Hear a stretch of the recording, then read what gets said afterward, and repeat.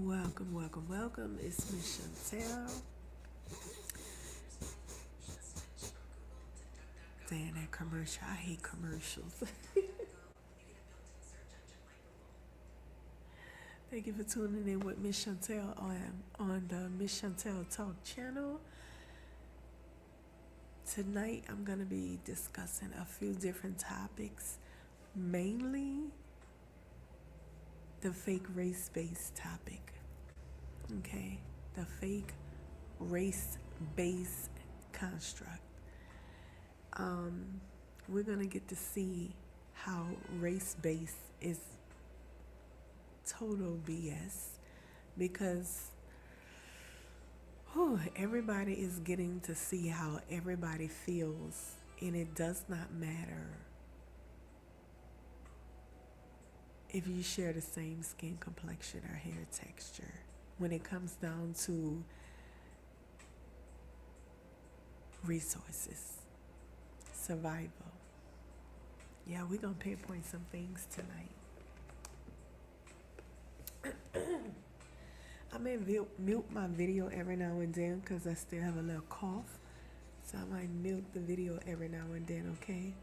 I don't want to cough in your ear.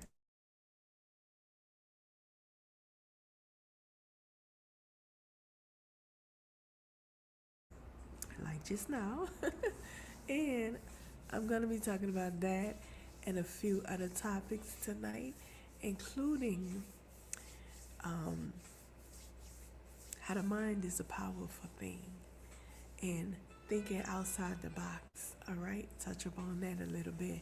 So we're going to talk about some race-based racial construct BS, and we're gonna talk about faith, thinking outside the box, and reflection. The status of American freedmen in America today. Are we okay? All right, we're going to talk about that tonight right quick. All right, so let me go ahead and check the volume right quick before I get to the song.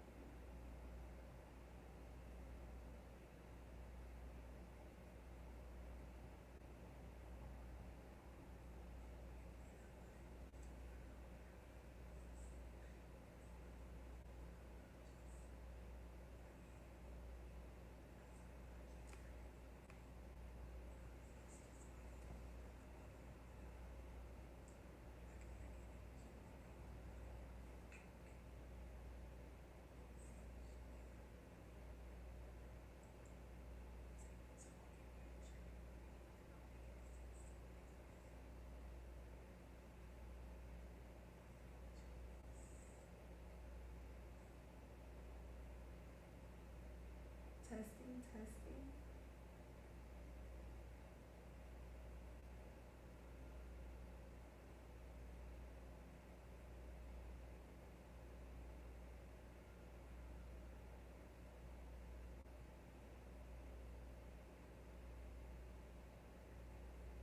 A second.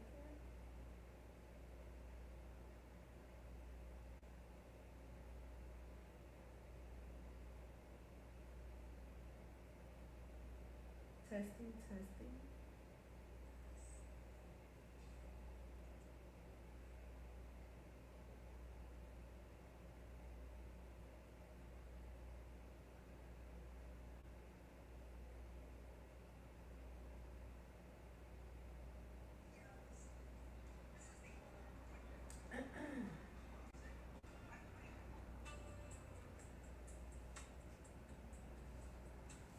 So, still having a little issue with my video. I cannot find my video, which is weird. But I'm gonna go ahead and continue to talk and just fix it up later once I finish. Give me a second.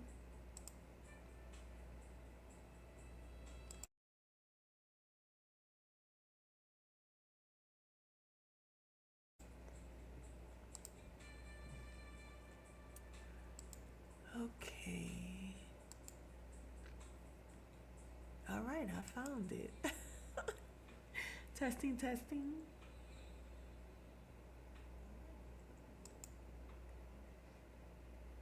It sounds pretty low. Testing, testing.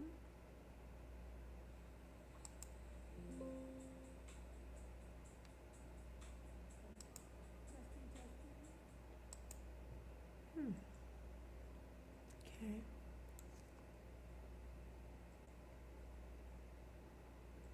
I want to make sure that's not too low. Let me check this volume again. All right, so it's pretty high. I'm gonna go with that. I'm gonna go with that. So,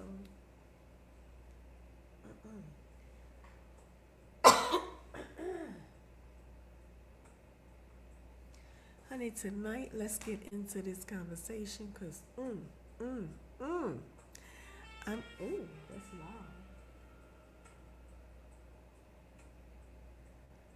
We're gonna be talking about race-based, not race-based, race construct, BS. We're gonna touch upon. Let's touch upon. We're gonna reflect the status of American freedmen in America. In America today, are we okay? Okay, we're gonna reflect on that for a minute. We're gonna also touch upon a little bit of. What else I want to talk about? A little bit of. Let's say racial construct BS. Oh, yeah, pretty much race-based stuff. So we're gonna talk about that and see how this goes. So the first thing I do want to share with you. Matter of fact, let me go from here. I was gonna go from the computer, but I think it's best to go. The Harvard-backed 2-minute thirsty joints trick to regrow worn-out cartilage that doctors are hiding from you. Discover the ocean plant that could crumble it.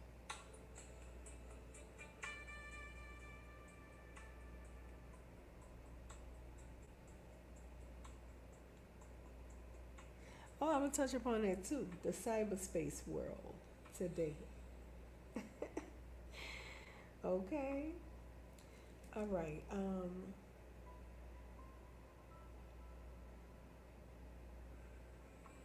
Let me say this before I get into anything. I was watching a video real quick. I was watching a video earlier today, and the person who was the narrator of the video uh,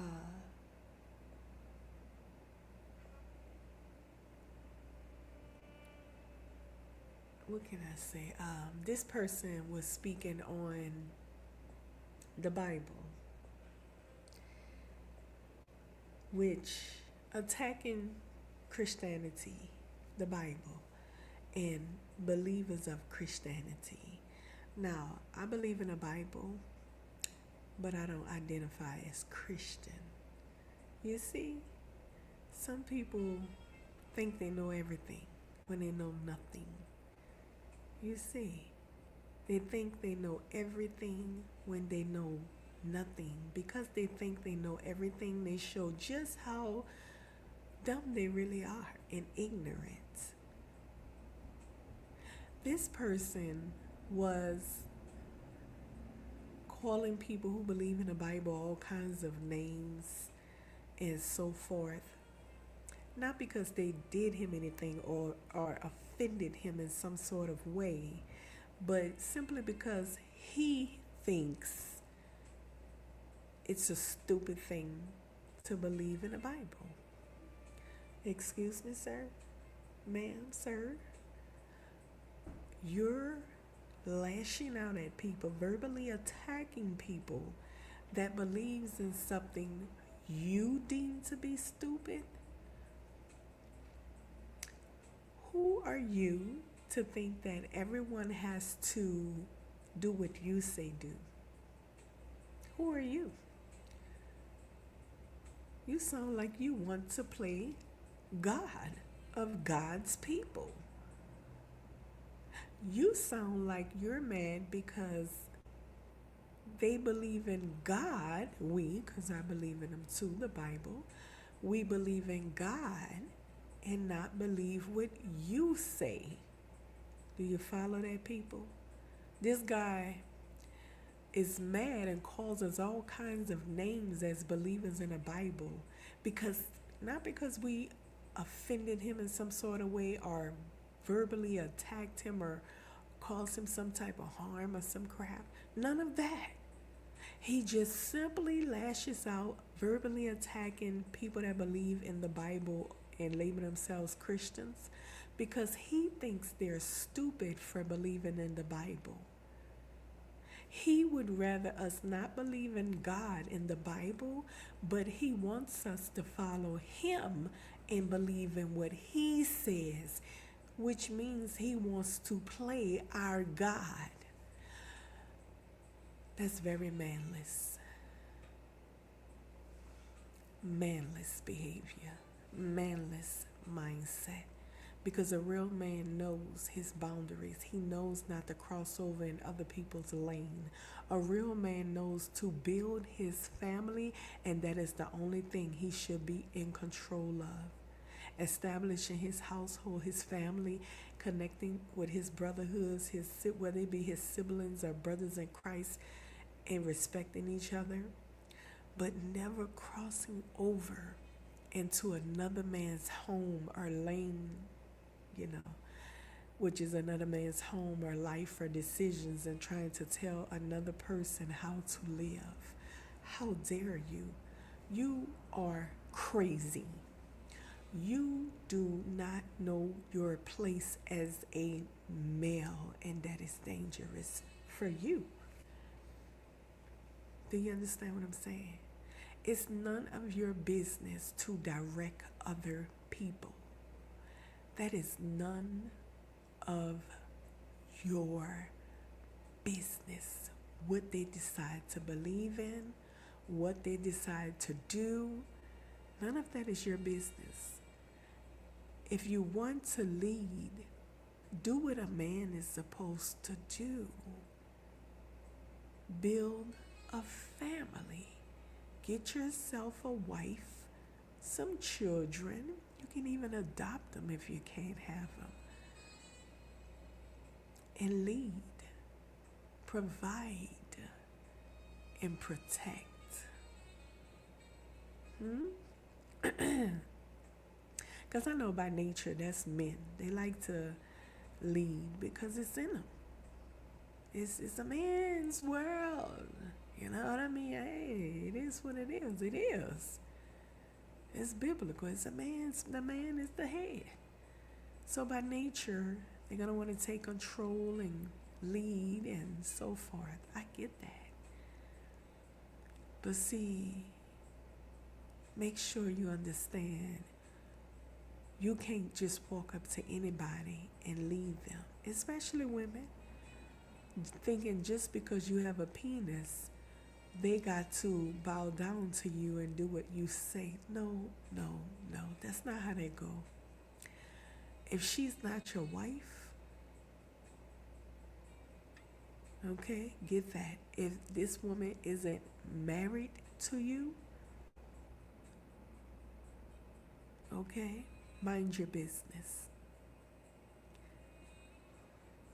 But to tell another man what he should believe in and should not believe in is just so out of whack.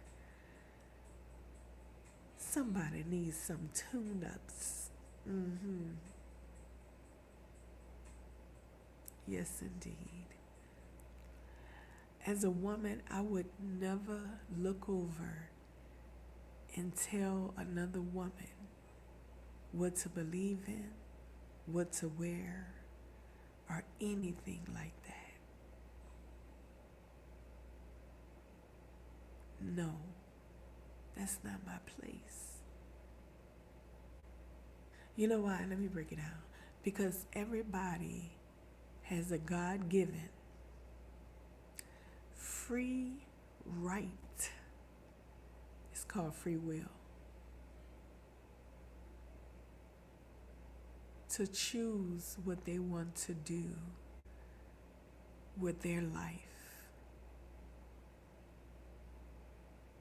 Do you understand what I'm saying, sir? Ma'am, sir. We all have a God-given gift, which is the free will to choose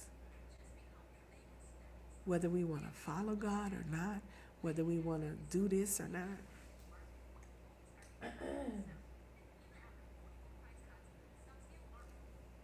It don't say we have a free will to force people to do as we say. That's wickedry. Okay? That's deranged people. Okay? Mind your business. What somebody else believe in should not affect you, which it doesn't, in any kind of ways. It doesn't affect you what they believe in. You're telling me you're fucking hissy-fissing with people because they believe in a Bible and not in what you tell them to do? So you want them to do what you say do. Don't believe in God. Believe in what I say is so. My effing goodness. Not goodness.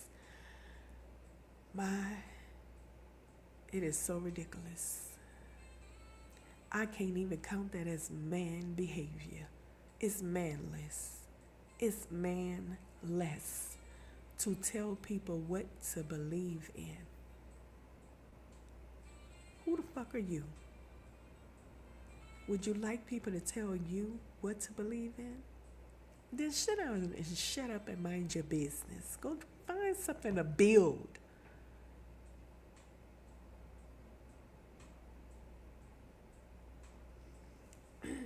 I would never do such a thing. Tell another woman what to believe in, what not to believe in, or any of that.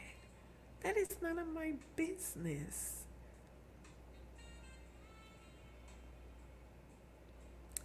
Yeah, so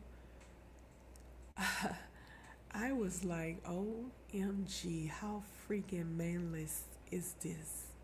To even listen to it is cringy. It's completely ridiculous and manless. I was very embarrassed for the person. Just completely embarrassing. Okay? And just to let you know, as biblical believers, the Bible instructs biblical believers not to force the love of God upon anybody.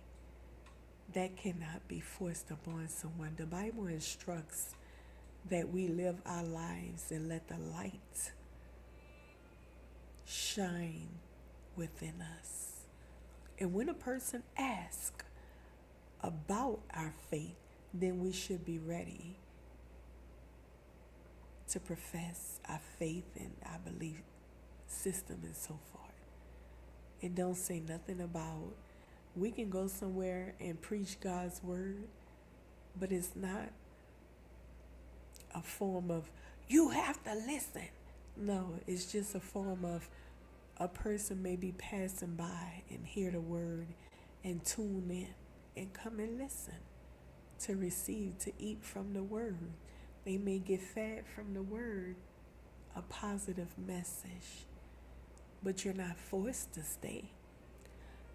No, you're not. It's not by force. Okay.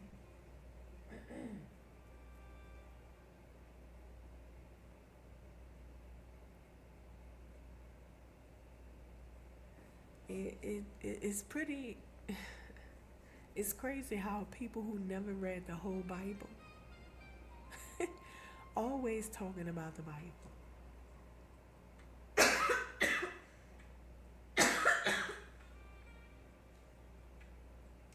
They always talking about the Bible, but haven't read the whole Bible.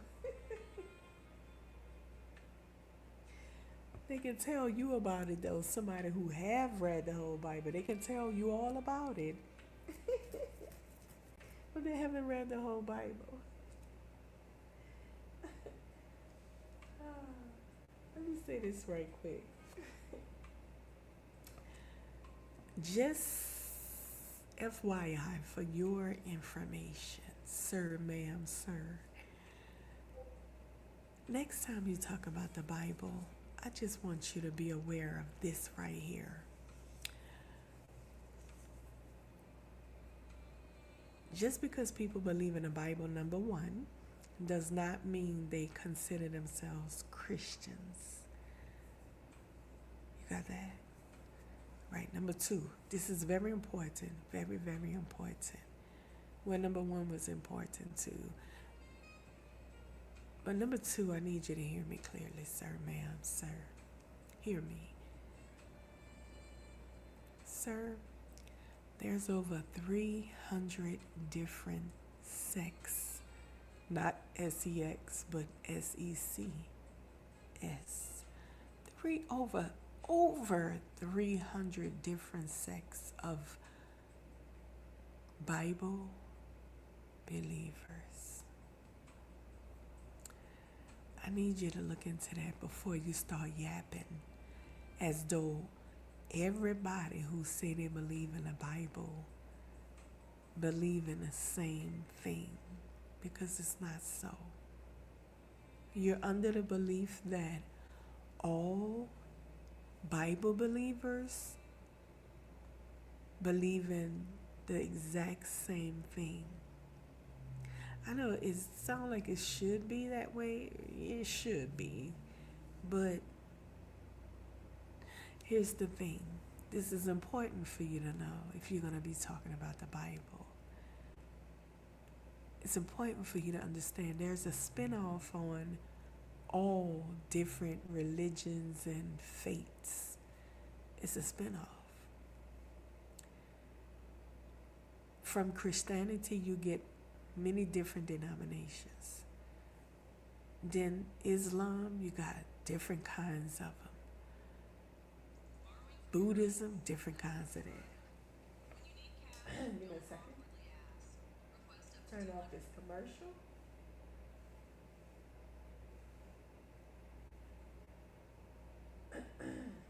You got, one second. You got different kinds of, what I was saying, Christianity, different denominations and beliefs. You have, when it comes to Islam, Islam, I think it's pronounced Islam. I usually say Muslims. You have all different sorts of different Muslims, Islam beliefs. When it comes to Judaism, it's different beliefs of Judaism. Oh, yeah. Buddhism, different beliefs.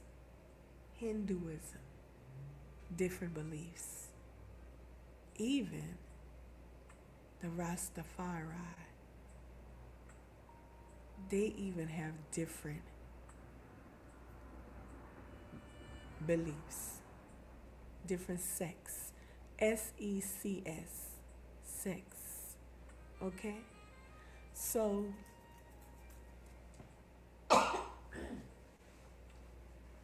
you might want to understand before you get to dibbling and dabbling. Just because somebody say they're Rastafarian doesn't mean they all Rastafarians believe in the exact same thing. Just because you hear somebody say they're Christian does not mean all Christians, black, white, this, that, believe in a very... I gotta do a call for a quick, hold on.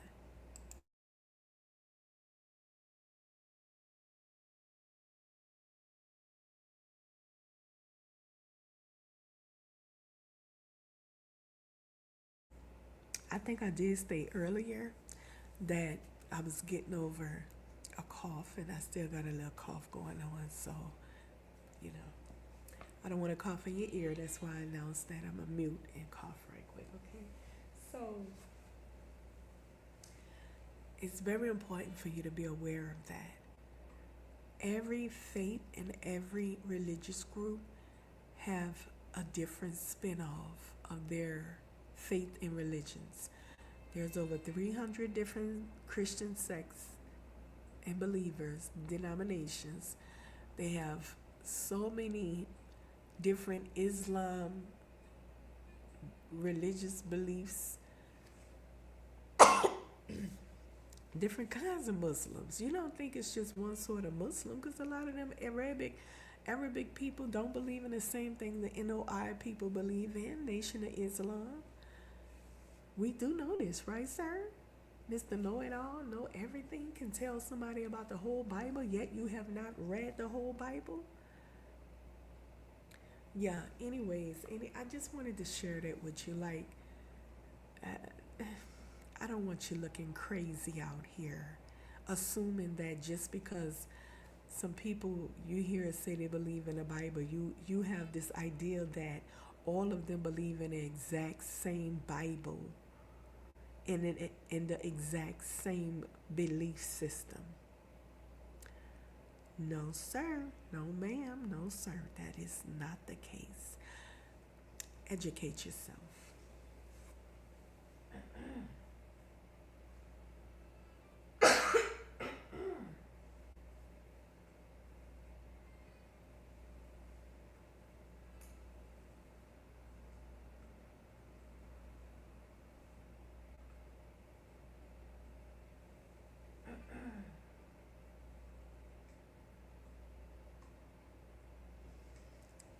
Yeah. Yeah. See, listen, as the person went on to speak even further, they began to tell how that they've been around the world. I've been around the world, and I still can't find myself. I don't know where, I don't know why I'm fleeing all the time. Okay? Listen. Y'all do know there's fleers within our communities too, right? Oh yeah, them passport bros and all that kind of stuff who just get up and flee to different countries in search of what? Ain't nothing wrong with traveling. I would suggest anybody live it up and travel. We're not talking about people that travel though. We're and go on a trip and return home. We're talking about people that have agendas. When they're traveling, they're going somewhere to stay there to build something that they seem to can't build in a country where they're from, okay? Excuse me. Or they can't grasp whatever it is they want in the country where they are from. Hold on.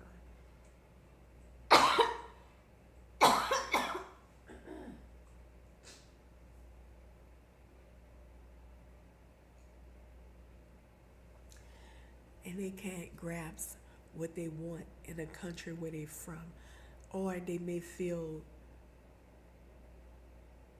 they need to get some air away from the country where they're from. And ain't nothing wrong with that, right? There's nothing wrong with that. But the crazy thing is this.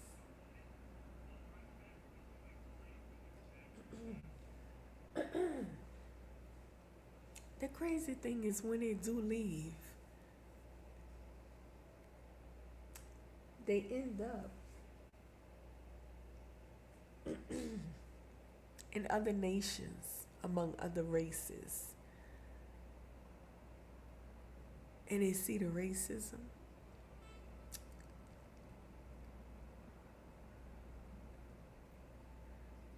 They become dismissive of the racism they face in the other countries. They go, oh, it's not really that bad compared to where I'm from. They actually begin in their heads to compare the racism. from different nations of people.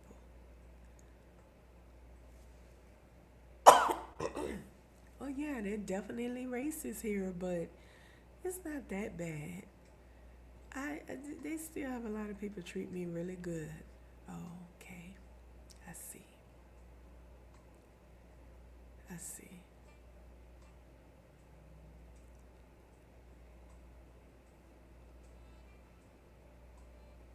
And being an outsider, I suggest that you just accept that you're gonna always face some jackasses that, frankly, that that be frank with their expressions about outsiders. But that's you if you want to go kissing ass to be accepted. But as a man, you know what I'd rather do?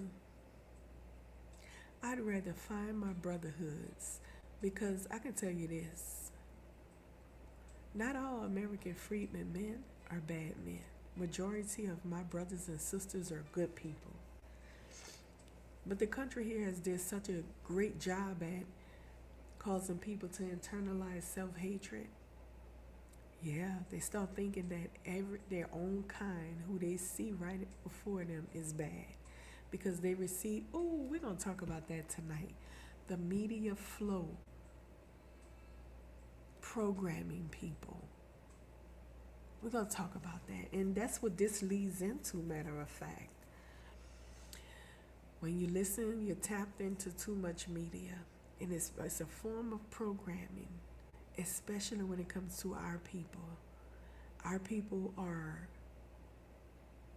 made to be the worst of the worst, and if you don't know who you really are, you'll end up receiving that message of lies that we are the worst of the worst, when in fact we can't touch none of these people when it comes to being the worst of the worst. The very people walking around draped in sheets, whores galore, but will turn around and call us whores, and men pretending to be fathers at home. Oh, child, stop all of that. Men pretending they grew up in well-structured homes and stuff. Oh, stop all of that.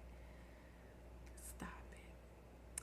But anyways, sometimes if you not careful in tapping into the media flow of cyberspace, that's even if you have a television, if you have a watch on your wrist, any device or gadget that you tap into, and you had better watch that you don't receive ill-informed information about yourself. And you begin to internalize self-hate, that racism. And I think that's what it is. When you get to fleeing around the world looking for people to accept you, dismissing their racist behavior. You don't like the racists in America, but their racism is not so bad. It's not hatred, it's just that they don't like different kinds of people. Okay, you out there comparing races. That's funny. And okay, yeah.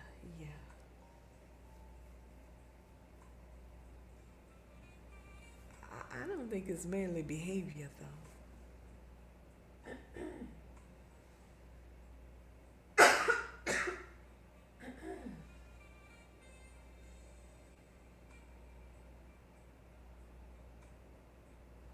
That's how come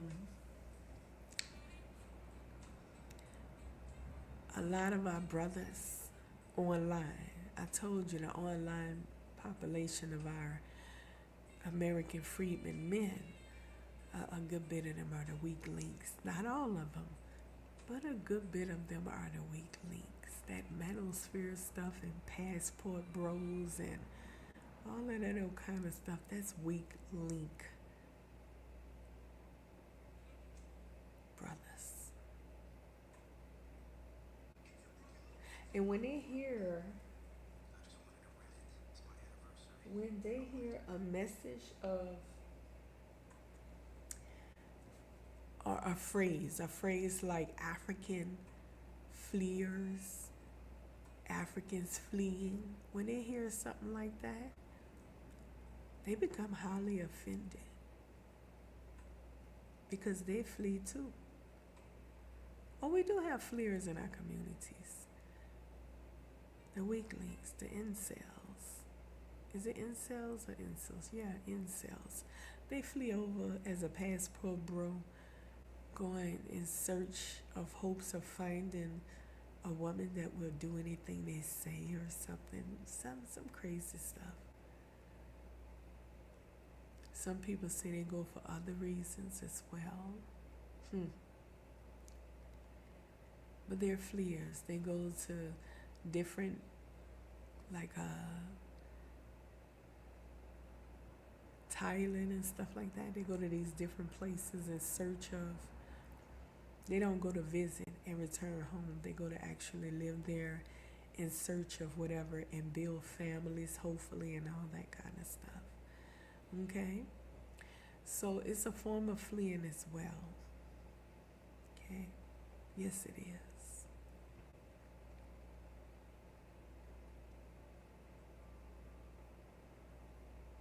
So they become offended when they hear the word fleeing. And they take sides with the Africans.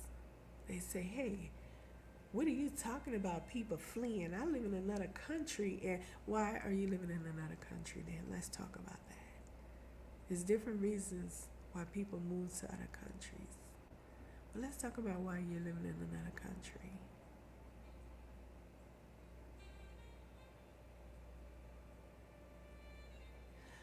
And we don't want to get down to the nitty-gritty of that, because it's going to expose some things about you. Okay?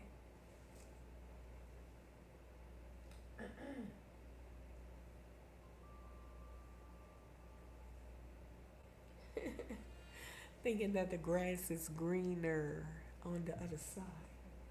That's all it is.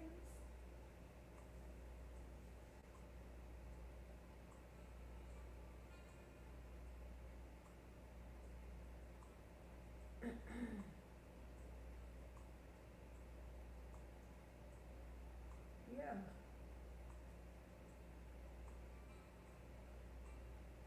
Thinking the grass is greener on the other side. That's it. When it's not.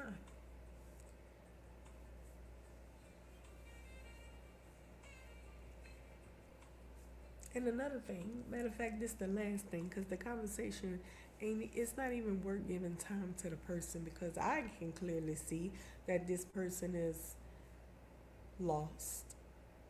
LOST, big time. Okay?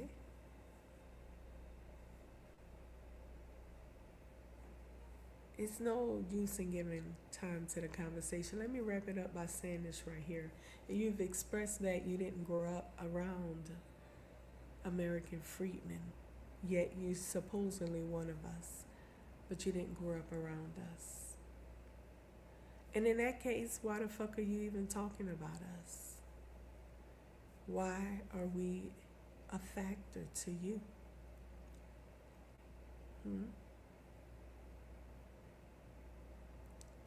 You praise other groups of people for being so hardworking and great and wonderful.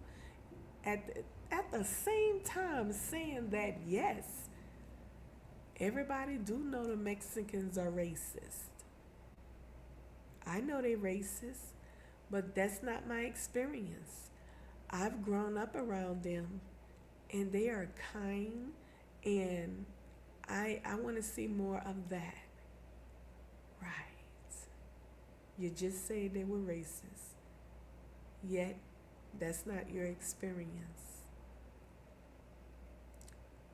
And you want to see more of that.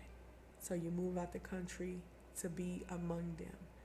Why are you even concerning yourself with American freedmen?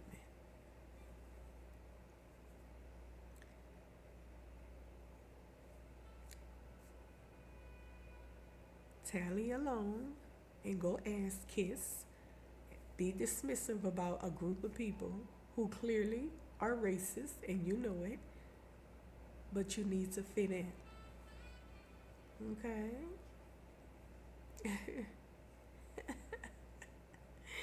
Ooh, these people online crazy as. Let's move into the South African talk right quick, because this is the very same person that verbally attacks South Africans. Claims that South Africans are pathetic losers because they are standing up against their government and against people who happen to have the same complexion of skin and hair texture as them, that wants to come into their country and take control of their resources. So because they share the same complexion and skin hair texture, South Africans have to be, they have to have an open door policy with these other melanated people to come in and take up their resources. How dumb. I keep telling you, y'all gotta come out that race-based shit. It's bullshit. You would get duped big time. And American freedmen, you should know this by now. We have been duped big time by race-based construct BS. We was doing it, the very thing, opening our arms to all these melanated people who share a same skin complexion and hair texture, because we was raised and born in this race-based construct system. And now we're finally understanding that is not how people operate outside this country. Okay? That is not how people operate. That is how American governmental system keep control over certain people, groups of people.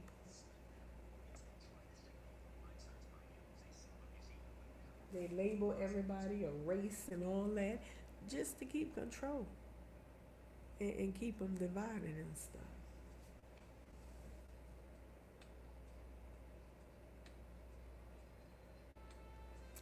Listen, we American freedmen, we should know better.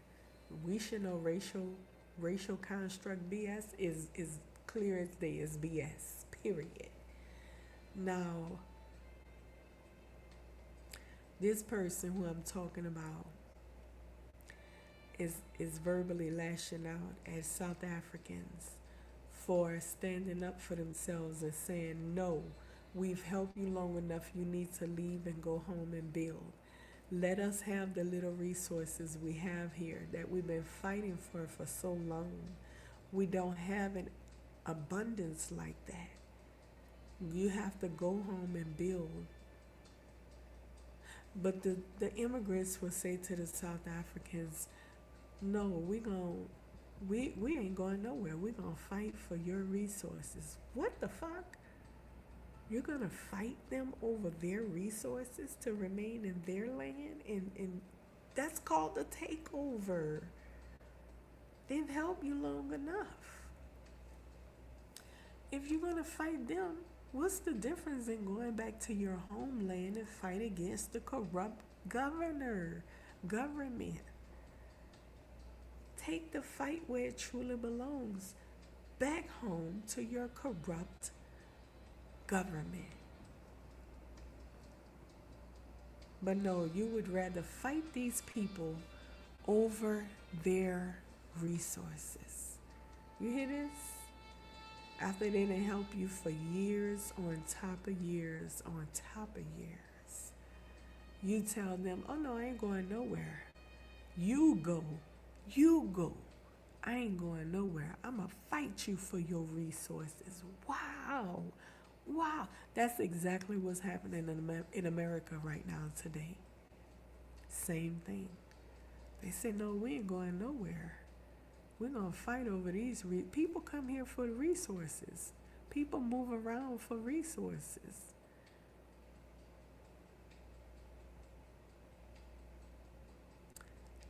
Opportunity to work and all that, that's resources.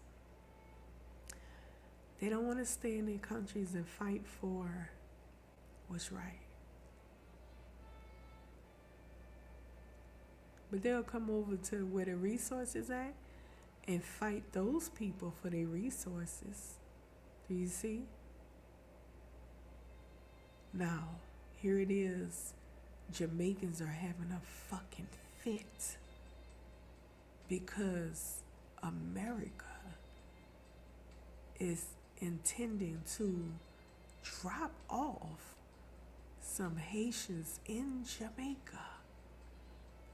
Oh, but no, the people came out. They say, the hell you not. You ain't about to influx. You're not about to fill our country up with an influx of Haitians. And next thing you know, they ain't going nowhere. They take up all our resources. Oh, hell to the no, hell no.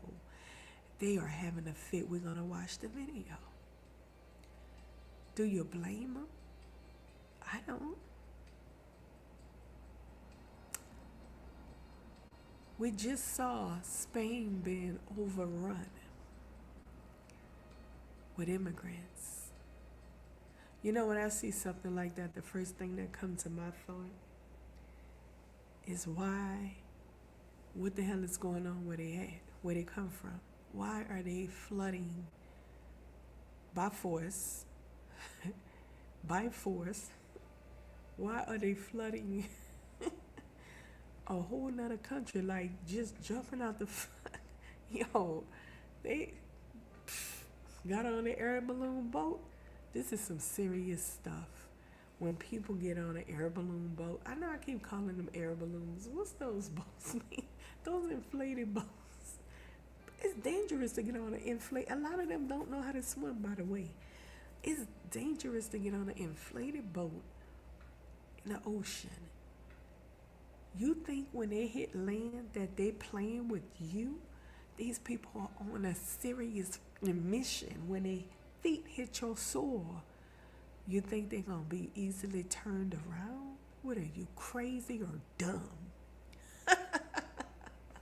They done took a chance on with their life crossing the ocean on an inflated balloon for I don't know how long. And you think you're going to easily turn them away, talking about go back. That's not happening. And they bum rushed it. And they so happy to touch the soil. You see them coming out the water drenched with big smiles on their faces. Ooh, ooh. They have big smiles on their faces like, yes, we made it. Ooh, boy, ain't nothing gonna be able to stop them. Then they get to the land and they all bum rush through the forces there, the polices or whatever, the guards, they bum rush right through them. Yeah. Crazy. This is nothing new. This has been happening for decades upon decades upon decades upon decades, baby. This is nothing new. But it's just, it's happening. It's a thing where people trying to eliminate immigrants from their countries. So now they're putting a spotlight on it. But it's been happening for a very long time already. And I always think, well, what's going on in their country that they are fleeing like that? What's going on? It makes me go do some research on what's going on in the country. That's the big question. What the fuck is going on in their countries? That these people are fleeing their countries. They don't want to go home. I mean, like, they don't want to go back to those countries. Let me turn this on. They do not want to go back home to their homelands. And I'm like, what? I mean, you gotta think about that a minute. Hold on, let's think about that. These people don't want to go back home at all. They have no intentions on ever returning. To even hear you going back home is depressing to them. That shit makes them feel like, you've seen it. They have a fit. Wow. The crazy thing is this right here. Check this out.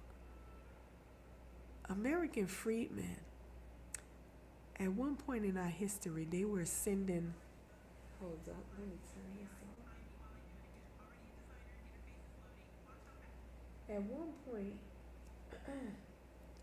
At one point in American freedmen history,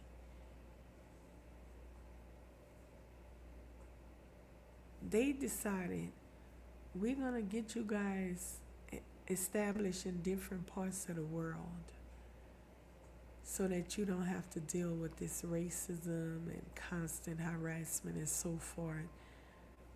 Okay.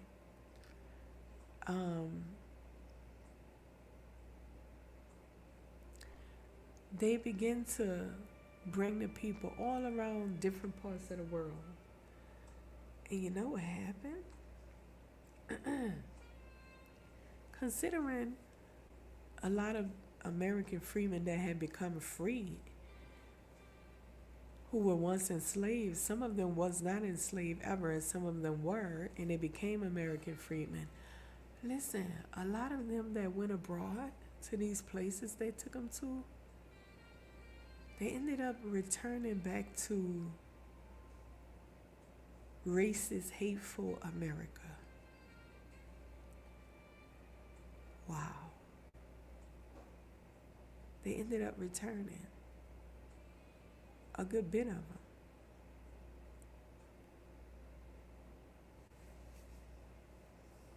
That's questions right there.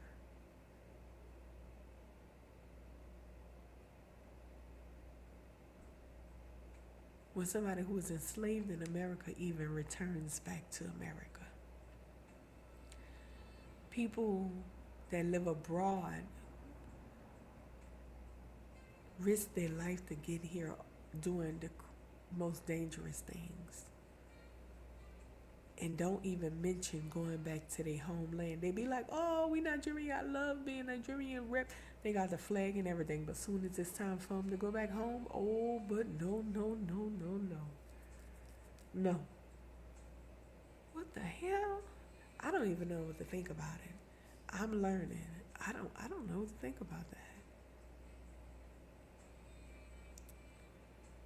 Yeah.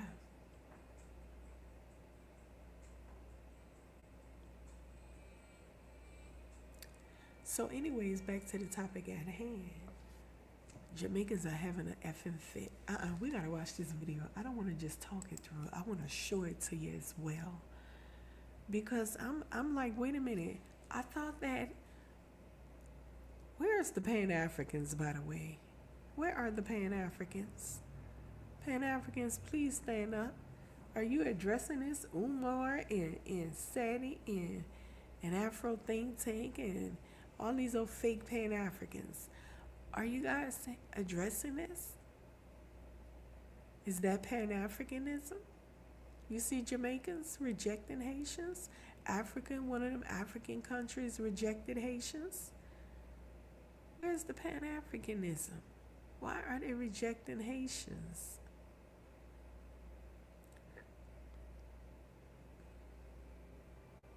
Why they over here trying to force us to become Africans? They don't got nothing to say about African countries in Jamaica rejecting other Caribbeans, Haitians. They don't got nothing to say. So it all boils down to this, people.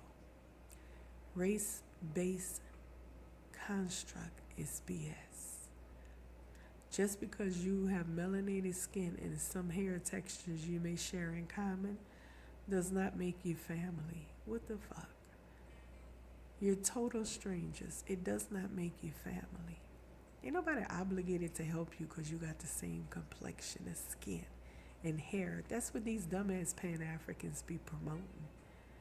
We all melanated. We all have dark skin and curly hair. So we have to know we family. And we have to stick together like Pan-European. Well, see, you're talking about a whole different kinds of people. The Europeans sell a bunch of Europeans that they go and raid. European lands of people on the land and sell them to foreigners? No. Did Asians go and raid other Asian lands? You know, back then it wasn't countries, but did the Asians go and raid people on the land, different populations, and sell them to foreigners? No. Did the natives do it? No. But the Africans did. They in turn to their own people in the landmass begin to raid all these different kinds of kingdoms and tribes and sell them to foreigners. Until the foreigners said, okay, well, it's been outlawed. Our kingdom outlawed it. So we can't buy any more people. Now they out here playing the victim. That was my topic at hand, by the way. Now they're out here playing the victim. We were colonized. I will be telling you the story of colonization on the next stream. You guys welcomed it. Yes, you did. You welcomed colonization. You guys do understand after slavery was no longer the Europeans who ended it. Where it ended in countries that the Europeans were selling to. It didn't end in Africa. Slavery never ended in Africa. They just wasn't able to sell them off to the Europeans anymore because it was abolished in European countries and places where they were selling slaves, okay? And so they were not purchasing any more people from the landmass of Africa. So that don't mean slavery didn't stop in Africa. It still continued, just not in European nations and in other places that had abolished slavery. Do you understand what I'm saying? So when they stopped buying slaves, the Africans found other means to continue to get European goods. Hold up. They found other means to continue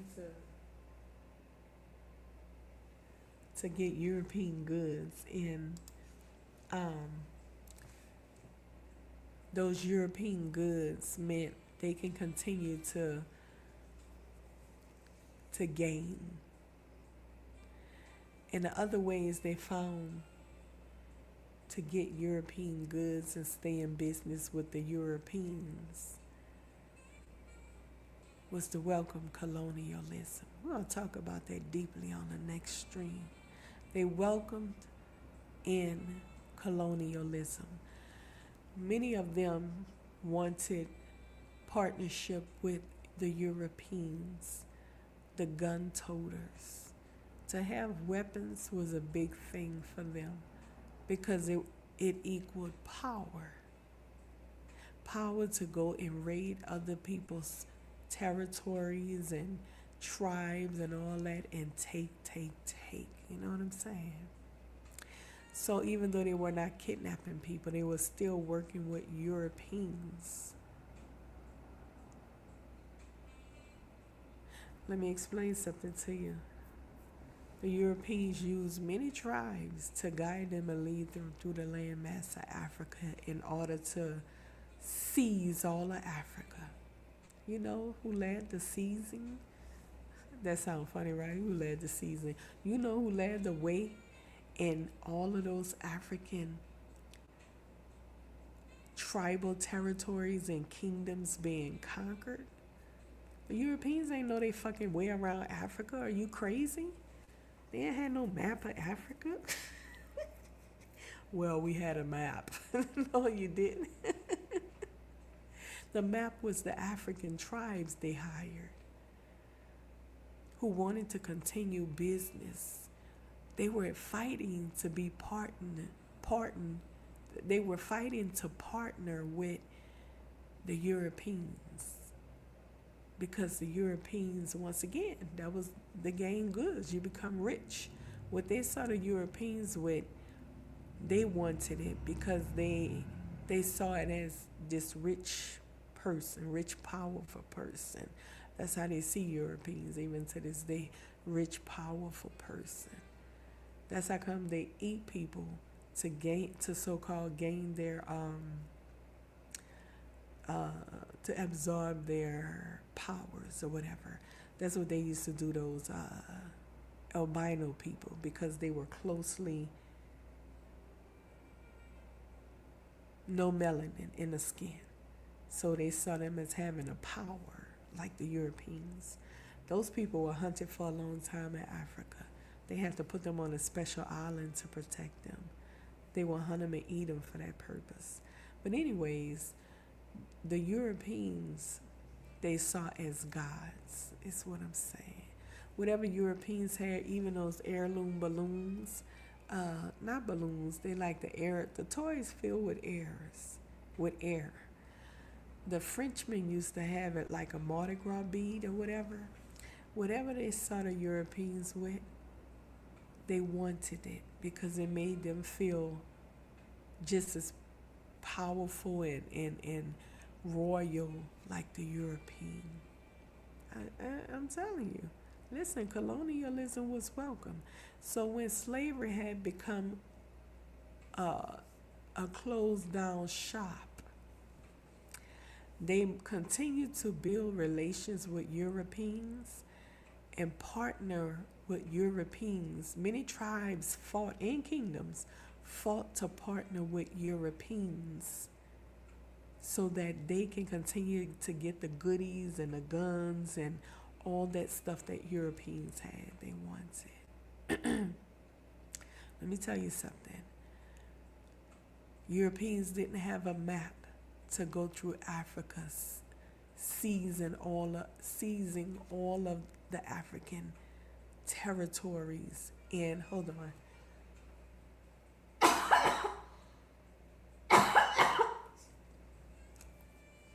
and mapping up all the African territory, mapping them up. Like, okay, first of all, the Europeans hired so many tribes, right? And they brought in their people. And they say, you're going to work with them, we're going to work with you, we're going to work with you, let's go. And as they went along, they had weaponry. Picture it, people. They had weaponry, right? The African tribes, the Europeans, they had weaponry.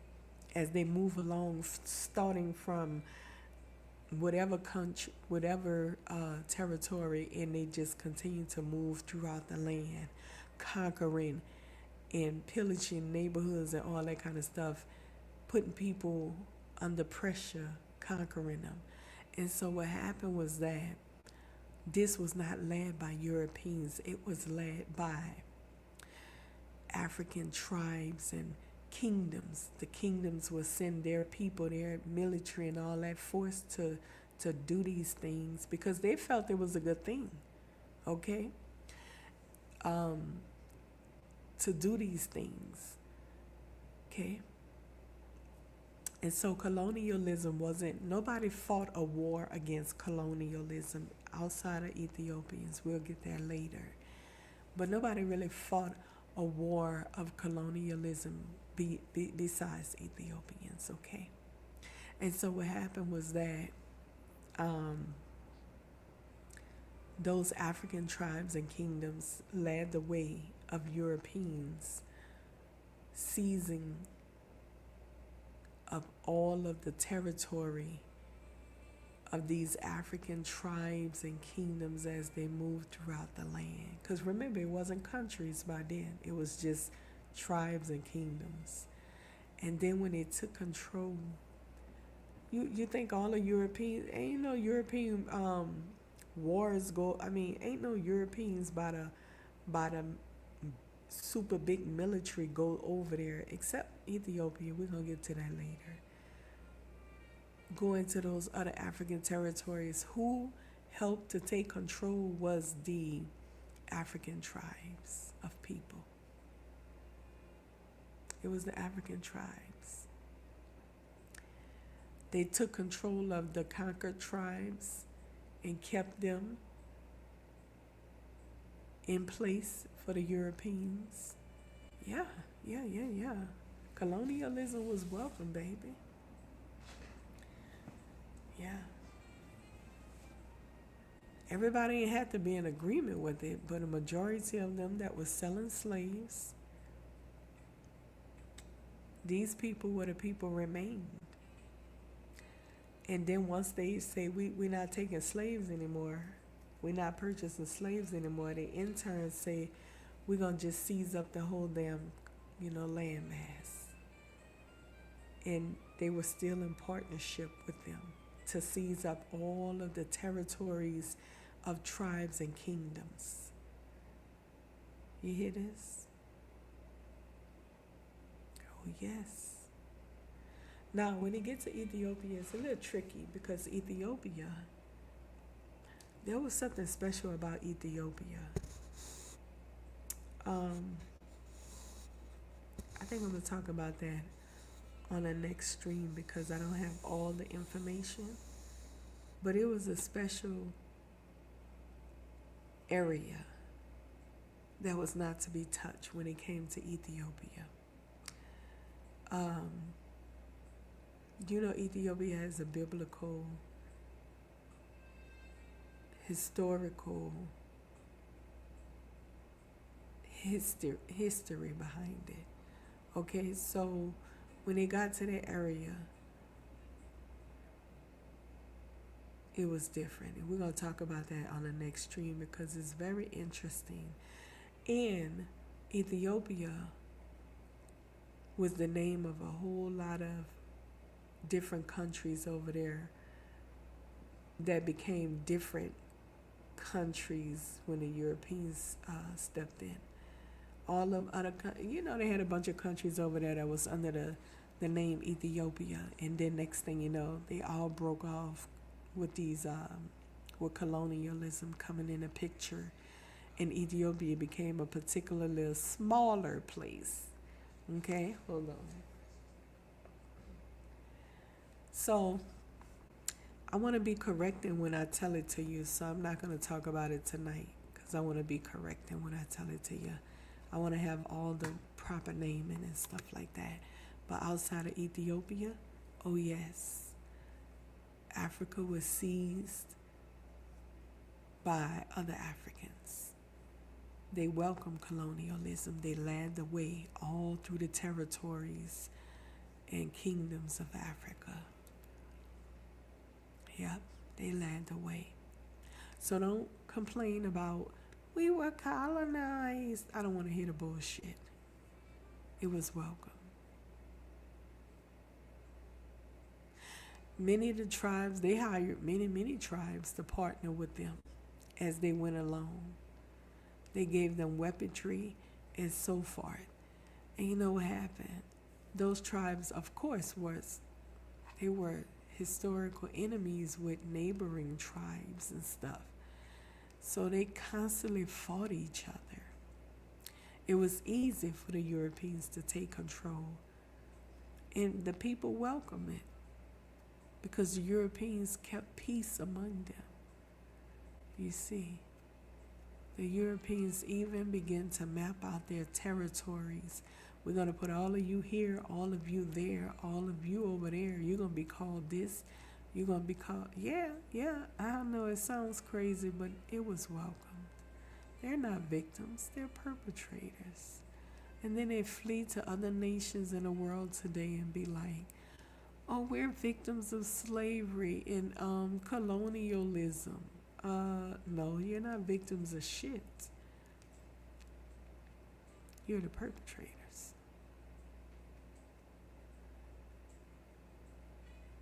It's very disrespectful to go to other nations where there's descendants of slaves and play like you are victims of descendants of slaves. We were the victims too. No, you were not. You and your people over there lived in liberty. You were not enslaved by foreigners. Cut the shits. We have an experience too because we were colonized. No, you didn't see it that way. You welcomed colonization. You welcomed it. You saw it as something good. Even today, you will hear Africans saying, we need to allow the Europeans to come back in and take rulership. You will actually hear, if you go to African forums, you're going to hear Africans state this. Many, many times I've heard it. They want to see Europeans come in and take control of the lands because they say it will keep the peace. Are they wrong? No, they're not. If you see where your brothers and sisters aren't getting along, let's say brothers, because the men is usually the ruling group. If you see that they're not getting along and they just can't seem to get past their differences, and it's been hundreds of years, you can't get nowhere because people refuse to put down tribalism and try to work together. That's how they see it. There's no resolution except for the European to step in and take control, who will keep the peace. Some people would rather have that peace and safety. If I was there, no lie, I probably would think the same way too. Matter of fact, I would. Because if I see that the president of the country is super tribal, and this tribal stuff means other people's going to be affected in a bad way. They're not going to have peace or get to have food or opportunity because their tribal leader is not the president or whatever. Listen. The other tribe can abuse the other tribe because their tribe member is the president. No. So you see, I understand their perspective when they say, yes, I think that we really would do better with European controlling the territories. What they got nations now, different countries. So yeah, I can understand them thinking that way. I probably would think that way too. Because they need to advance. They need to advance. Do you know we're moving in an age of technology to the point where it's about to be a whole, in a snap of a finger, I'm telling you, in the next couple of years, we're going to have some mad technology stuff going on. I know you guys don't see it right away. The data centers coming up left and right, all that stuff. Africa has to step up. And what's going to happen, if they can't gain control and show results, they're going to take control over Africa, whether it be willingly or not. The people's going to step in and take control. Okay, because when the world changes from this to that, Africa also has to change from this to that. Do you see what I'm saying? If the world is operating on what they call that calendar, Georgian or Georgian calendar, well, Ethiopia is not. In Ethiopia, they like 5 years younger than us Americans, or 10. You ask an Ethiopian, how old are you? They be like, I'm 29. Motherfucker, you look 59. I'm 29. Is that according to the American calendar or the Ethiopian calendar? Which one? I knew a guy like that. He was like, oh, I'm your age. And I was like, no, you're lying. Oh, no, he was not lying, though, because in his country, they don't go by the American calendar. Okay? When I say that calendar, I ain't mean the calendar. I'm talking where's the calendar? The years and stuff. So, I think it's Ethiopia and one other country. I can't remember which other country it is. They don't go by the American calendar. All the other countries do go by Gregorian calendar, and the other two countries go based off some other type of calendar, which means they like 10 years or 5 years behind us. That's pretty funny. But anyways, back to the topic at hand. Colonialism was welcome there. Okay? There, you got to stop perpetrating a fraud like you the victims. Africans are not victims of slavery. They're not victims of colonialism. Even today, you can see what's going on. The people are still calling for colonialism to return. So understand, that's what it is. We understand why, because they got tribalism issues that's never going to be resolved. And some people is tired of it. They say, okay, well, we recognize this one thing. It's tribalism is never going to allow Africans to come together and operate as a monolith or even as one nation. And so they think that colonialism would do best to make sure everybody get fairly treated. It makes sense to me, to be honest with you. Like, if they don't have a European step in, what's gonna happen?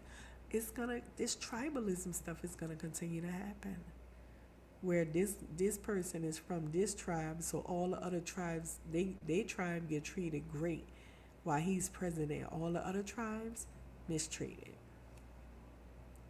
That's not right. So yeah, I've heard it on many panels, many times of African forums where they were having discussions, and the people kept saying they're tired of it, and they just want to just let the white people come back in and take control. So this happened even way back. Colonialism was not a victimhood or anything like that. It was actually welcome. Okay? Stop letting the Africans perpetrate the fraud that they were victims. They were not. They lived in liberty. Other nations of people they sold lived in slavery, horrors of slavery. And now they have descendants who still is dealing with that aftermath of slavery. Do you understand? And why Africans flee into those nations? Because when you sell people like that and you do all kind of corrupt shit like that, you cannot expect God's blessings to rain upon you. All right? You can't expect that. So, what else I was going to talk about tonight? I wanted to show the video right quick. Oh, that's what I'm talking about. Real quick, let me touch up on that. The race base. I keep saying race base. Race construct. Okay, let me touch upon that right quick. Then I'm going to show the video.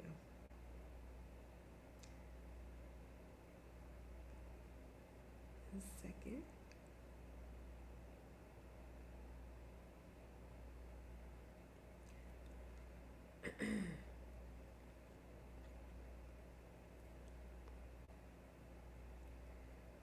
Oh, I wanted to say this real quick about the South Africans.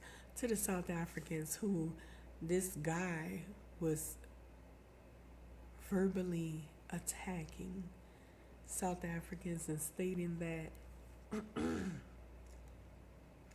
they were cowards and they were only attacking the immigrants, the melanated immigrants. South Africans are not cowards for standing up for their resources. Okay? They have fought years with those other people in their country. They've fought years with those people. And the little resources they have is for them and their people. To see and allow immigrants to come in and influx of immigrants to come in and take control of those resources by being what they call that cheap labor force. What do you expect them to do? sit back and allow these people to come in and scoop up their resources by being cheap, working for cheap, being a cheap labor force. Therefore, that puts them and their children at risk of not having jobs or anything.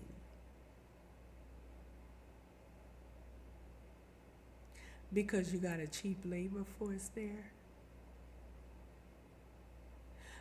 A cheap labor force who willing to play the pet to the white tea people over there. And the white tea people, of course, loving it. Hey, you guys are great. I support you guys. Of course, they work for pennies.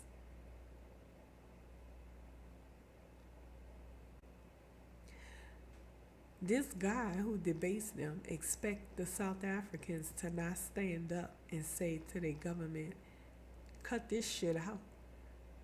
You're not going to do this. They don't expect the South Africans to stand up to the immigrants and say, you guys need to go home and build because we didn't help you for long enough. It's time for you to go ahead home and build. You cannot come here and take up our resources like this. We can't allow it to happen. He suggests that the South Africans fight the white tea people instead. He says your focus should be on fighting the white tea people and not the black immigrants. You hear this? Sir, their focus should be on fighting the white tea people and not the melanated immigrants, because it's the government that set it up.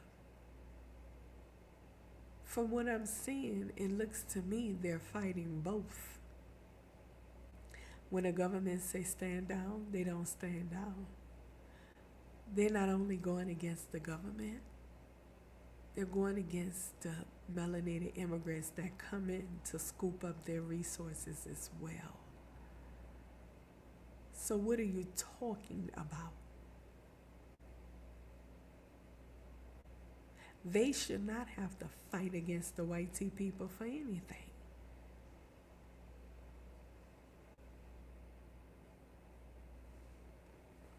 One second.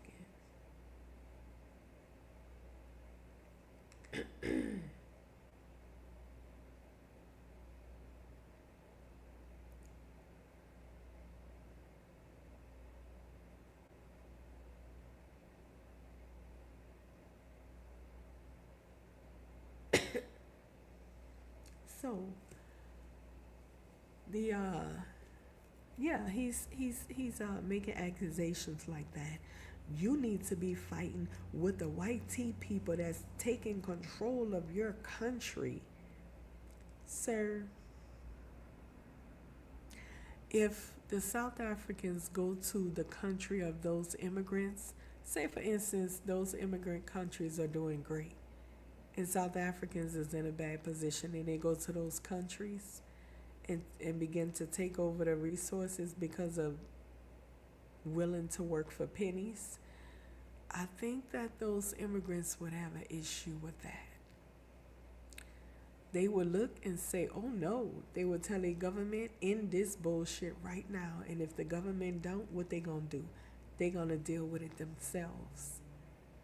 They would do the very same thing that the South Africans doing to them. If the shoe was on the other foot, they would do the very same thing to the South Africans that the South Africans are doing to them. They would be getting them out of their country, afraid that they're going to lose their resources. And they have every right to be afraid of that. Those people have themselves and their family and children and their future youth to prepare for.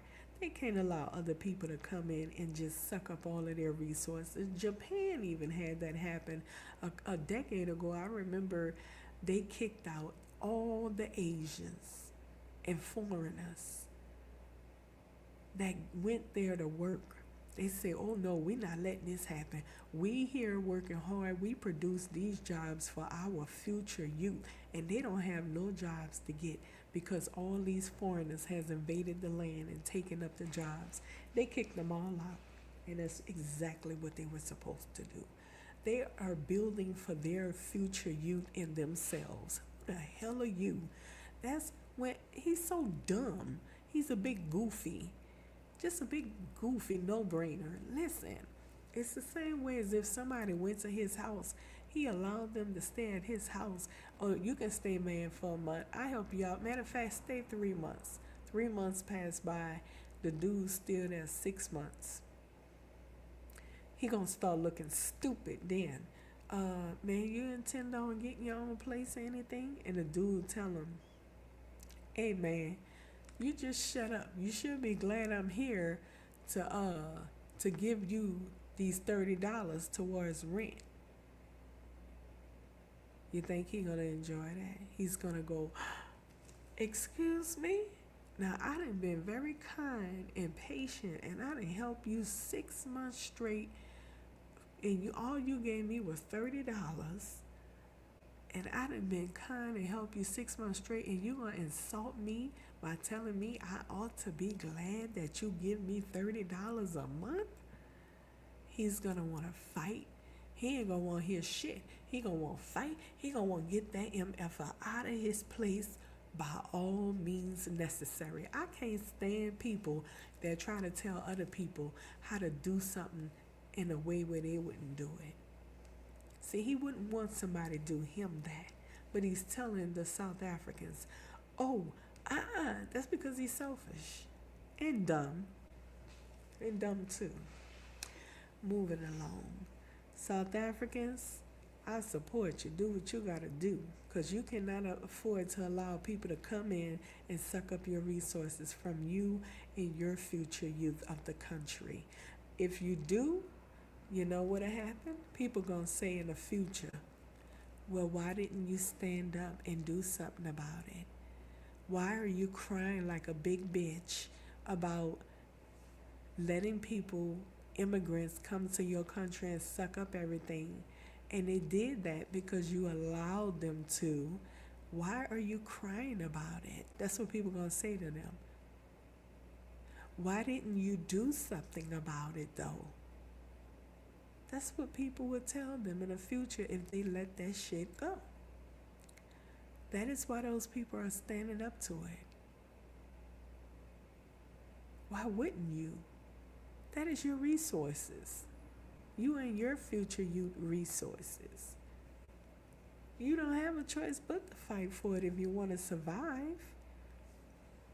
Or you're going to end up like them, fleeing your country, going to other people's countries, sucking up their resources. You don't want that. And that's why Jamaica is having a fucking fit today.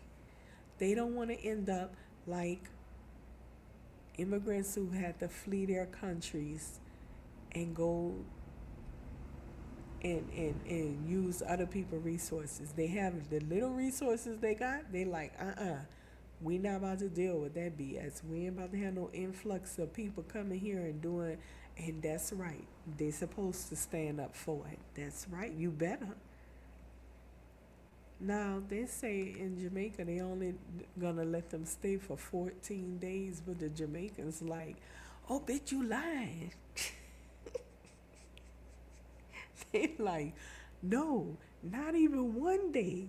Not even 1 day. You're not gonna do this to us. Okay? But my thing is to the Pan-Africans, I don't hear the Pan-Africans anywhere. The Jamaicans say hell to the no. We remember a couple of African countries say no to the Haitians as well. Yep. Pan-Africans, where are you guys? I thought that we were all one big people and the same people. Melanated skin and curly hair.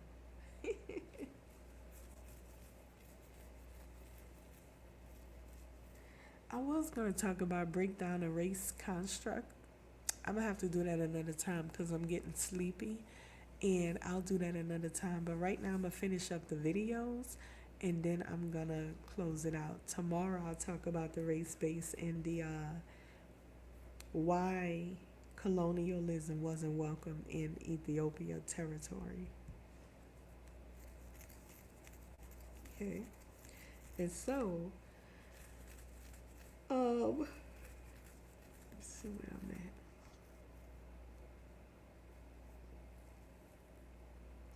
I'm done telling South Africans they shouldn't fight for their resources. No, they should fight anybody for their resources, the government and the other people.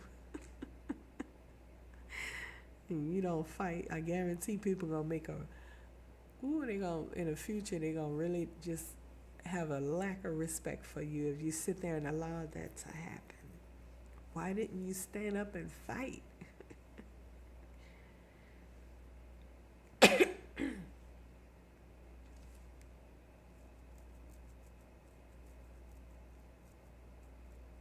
Yeah, that's called a takeover, by the way, if you don't know.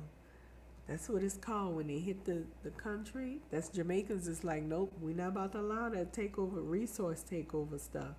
The immigrants come to take over the resources. Them Jamaicans like, I don't care what you say. Talking about the white who? White what?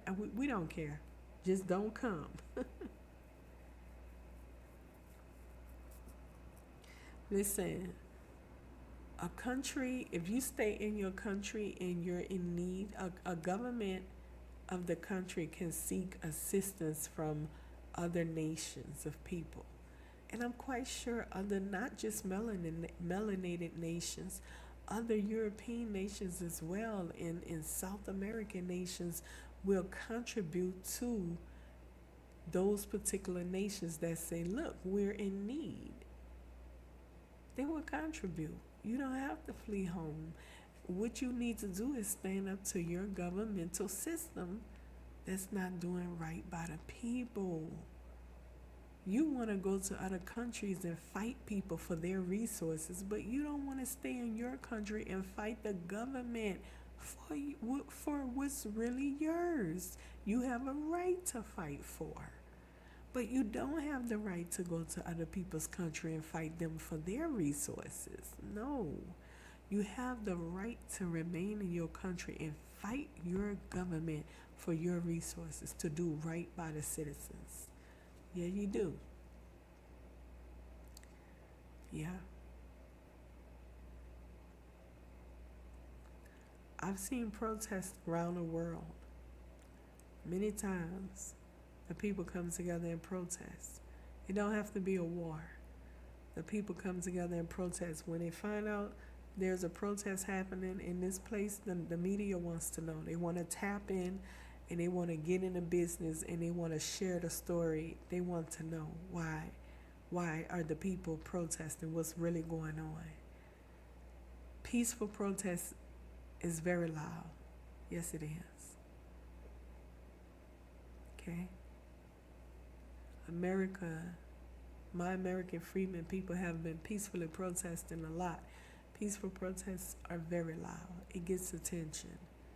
And if your government is not doing right, peaceful protests will get attention. Put on that government.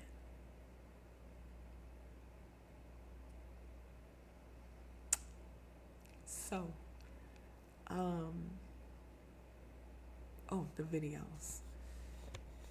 Yeah, I had some other topics I was going to discuss tonight, but not tonight. I'm getting a little sleepy, so I'm going to run through the videos right quick, and I'll wrap it up. Let me show you this first video. This is Jamaicans in Jamaica, and they're not having it. They like, listen, you're not about to come over here and drop them people off over on us and take up all our resources, talking about it's only going to be 14 days. You're a liar. Know it.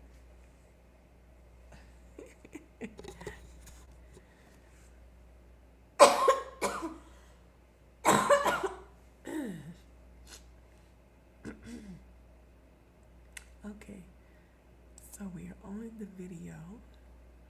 Let me make it bigger. Child, let's listen to this. I would like to give credit to the original creators of this film. I'll be back for more. Fuck CARICOM. Kiss our ass. I'm gonna explain something to you. Trump is ending TPS. 350,000 Haitians are being told they need to leave the United States by February, right? Now, there are certain countries that are in CARICOM. That is a union of different Caribbean countries. There's Hold on. Certain countries in CARICOM. What? Back it up a little bit. I would like to give credit to the original creators of this film. I'll be back for more. Fuck CARICOM. Kiss our ass. I'm gonna explain something to you. Trump is ending TPS. 350,000 Haitians are being told they need to leave the United States by February, right? Now, there are certain countries that are in CARICOM. That is a union. Wait a minute. February. I thought it ended. But he's giving them all the way up to like February of next year. Is this an old video? Hold on, let me see. Shit, this might be an old video. No, this is 11 days ago. Okay, so he ended TPS, but they have to leave by February. That's like next year. Okay, let's continue. Of different Caribbean countries. There are certain countries in CARICOM that are allowing people whose TPS status is ending to come to their country as opposed to repatriating, right? But they said, no Haitians allowed. We don't need you. What? Wait a minute. So Haitians are being the aim of a particular group of people that's not being welcomed by other Caribbean islands. I think that's what he's saying. Let me rewind this. They cannot take it anymore, and that is the reason why they are demonstrating on the street. Hi there, and welcome to my channel. If you are new to this space, kindly subscribe, like the video, and you leave your sweet comment down below. I would like to give credit to the original creators of this film. I'll be back for more. Fuck CARICOM. Kiss our ass. I'm gonna explain something to you. Trump is ending TPS. 350,000 Haitians are being told they need to leave the United States by February, right? Now, there are certain countries that are in CARICOM. That is a union of different Caribbean countries. Certain countries in the union of CARICOM. That's Caribbean countries. There are certain countries in CARICOM that are allowing people whose TPS status is ending to come to their country as opposed to repatriating, right? But they said, no Haitians allowed. Oh, shit. That's exactly what I was thinking he said. What? Oh, man, that's dirty. What? So anybody else from different Caribbean islands, nations, can come to their countries except the Haitians. Whoa. Like, what the hell has the Haitians been doing? They got a bad rep.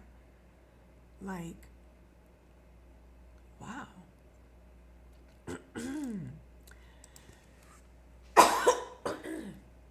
The Africans didn't want to take them in a few months ago.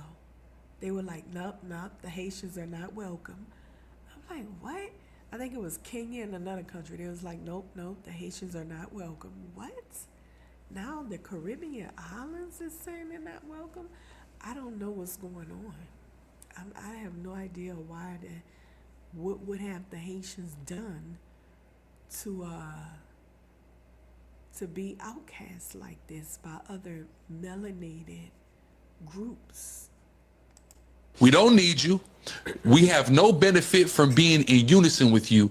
And let's just roll back the hands of time when we got our independence while all you motherfuckers were still under colonial power.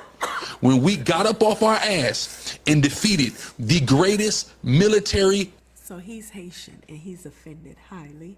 And he's saying, wait a minute, when we, fought when we fought the white people, the Frenchmen, I guess he's saying they helped them. Let's see. General in history. When we did that, our goal to go forward from there was deliberate. We don't need you. We have no benefit from being in unison with you. And let's just roll back the hands of time when we got our independence while all you motherfuckers were still under colonial power. when we got up off our ass and defeated the greatest military general in history. When we did that, our goal to go forward from there was the liberation of all the neighboring islands and countries. And this is the motherfucking thing. Now, wait a minute. How can you say your goal was to liberate other countries? How? Did you guys establish a military or something and go in to help them? Like, don't just start making shit up and talking about, well, it was our intentions to go in and do this. No. Intentions and actually doing it is two different things, okay? Cut the shits. Thanks we get. The United States of America didn't have independence 30 years. Our goal to go forward from there was the liberation of all the neighboring islands and countries. And this is the motherfucking thanks we get. The United States of America didn't have independence 30 years before we got ours. And we didn't. And what that mean? Like, I don't. What's your point in saying? Didn't ask nobody for it. We didn't need nobody then. We don't need nobody now. Right? Don't look for anybody else but God to help us. We done contributed more to this world than all the majority of you motherfucking other islands who over here don't want to help us out combined. They contributed more to the world than any islands of people combined. Like what? What? I want, like what? I had to go to the United States and find out that there are people here coming out of your country. The government lied to us. That is an act of treason, untrue, mental illness. Government. Who committed treason? Did he say his government committing treason by lying and saying it's only going to be 14 days? Amen. Jamaicans are pissed that Haitians are coming to their country. They feel betrayed that their government signed this third country transit program behind their back. And this is only temporary. 14 days, no longer than 14 days. Or is it? Is there a loophole? Let's check this out. So the U.S. wants to deport the Haitians July 10th because that's when they losing their status. So they set up this third country transit program with many countries. Jamaica is one of the recent ones, right? So the U.S. is funding 100% of all costs. They are funding the food, housing, security, and transport, while the International Organization of Migration manage the daily logistics in Jamaica. There's a strict cap. Jamaica will only accept maximum of 25 people every 2 weeks. Each person can only stay in Jamaica for a maximum of 14 days before being flown to Haiti. 14 days, no longer than 14 days, or is it? Because, you know, these immigration lawyers are pretty crafty. They're pretty crafty. They find loopholes. So once the U.S. flies a Haitian national onto Jamaican soil, that person falls under Jamaica law. Under the international treaties, they could immediately apply for asylum in Jamaica. If they do, Jamaican courts can legally block the U.S. from putting them on a plane to Haiti, freezing the deportation process entirely. Is that what y'all don't want to happen, for them to find this loophole? But I find it hypocritical, because what happened to out of many comes one people? What happened to we all came over here on the same ship but just got off on different stops? Now that the ship is pulling up to your country, you don't want the Haitians to disembark. So it's not okay for the U.S. to enforce immigration policy. But it's okay for Jamaicans to say, we don't want them, even if it's temporary. Because maybe the loophole might not work. They just don't want the possibility of any of that happening. Let me know what y'all think in the comment section.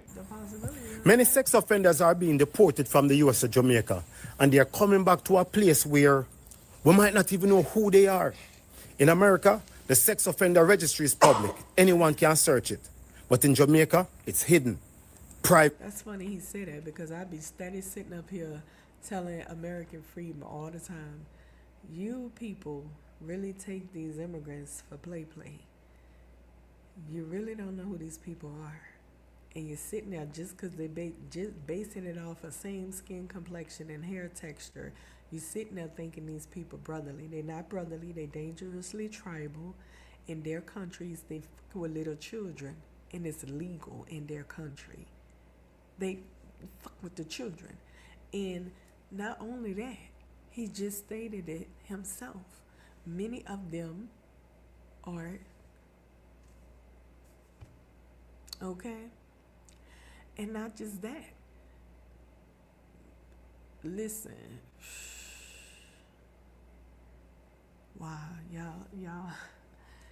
I ain't gonna say it no more. You just open your eyes to what's happening. Secret.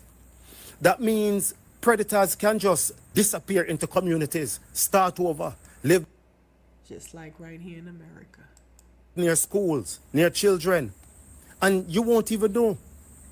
In the US, the community Just like right here in America, working at the elementary schools as janitors and shit, smiling and watching the children. And here you are. Oh, that's the innocent immigrants. it gets a warning. In Jamaica, we might get silence. How will parents protect their kids if they don't even know who's living next door? Are we creating a paradise or a playground for predators? Jamaica, work out the logistics, but we must make sure that the sex offender registry is public, no excuses, because transparency protects the innocent, and silence. Jamaica is now on this list. The United States is now deporting migrants not back to their home countries, but to completely different countries. So here's what's actually happening. The Trump administration is expanding something called third country deportations. Instead of sending someone back to their home country, the United States sends them to a random country. Anybody willing to take them. Why? Because these are people who have deportation orders, but can't legally be sent to their home country because they have something called withholding of removal or Convention Against Torture, which means that their life is in danger if they go home. A judge has already decided that. So Trump's solution? Send them somewhere else and let that third country deal with it. The United States is cutting deals with countries like Cameroon, Rwanda, Equatorial Guinea, South Sudan. And what is the United States offering? Money. Sanctions relief, perhaps?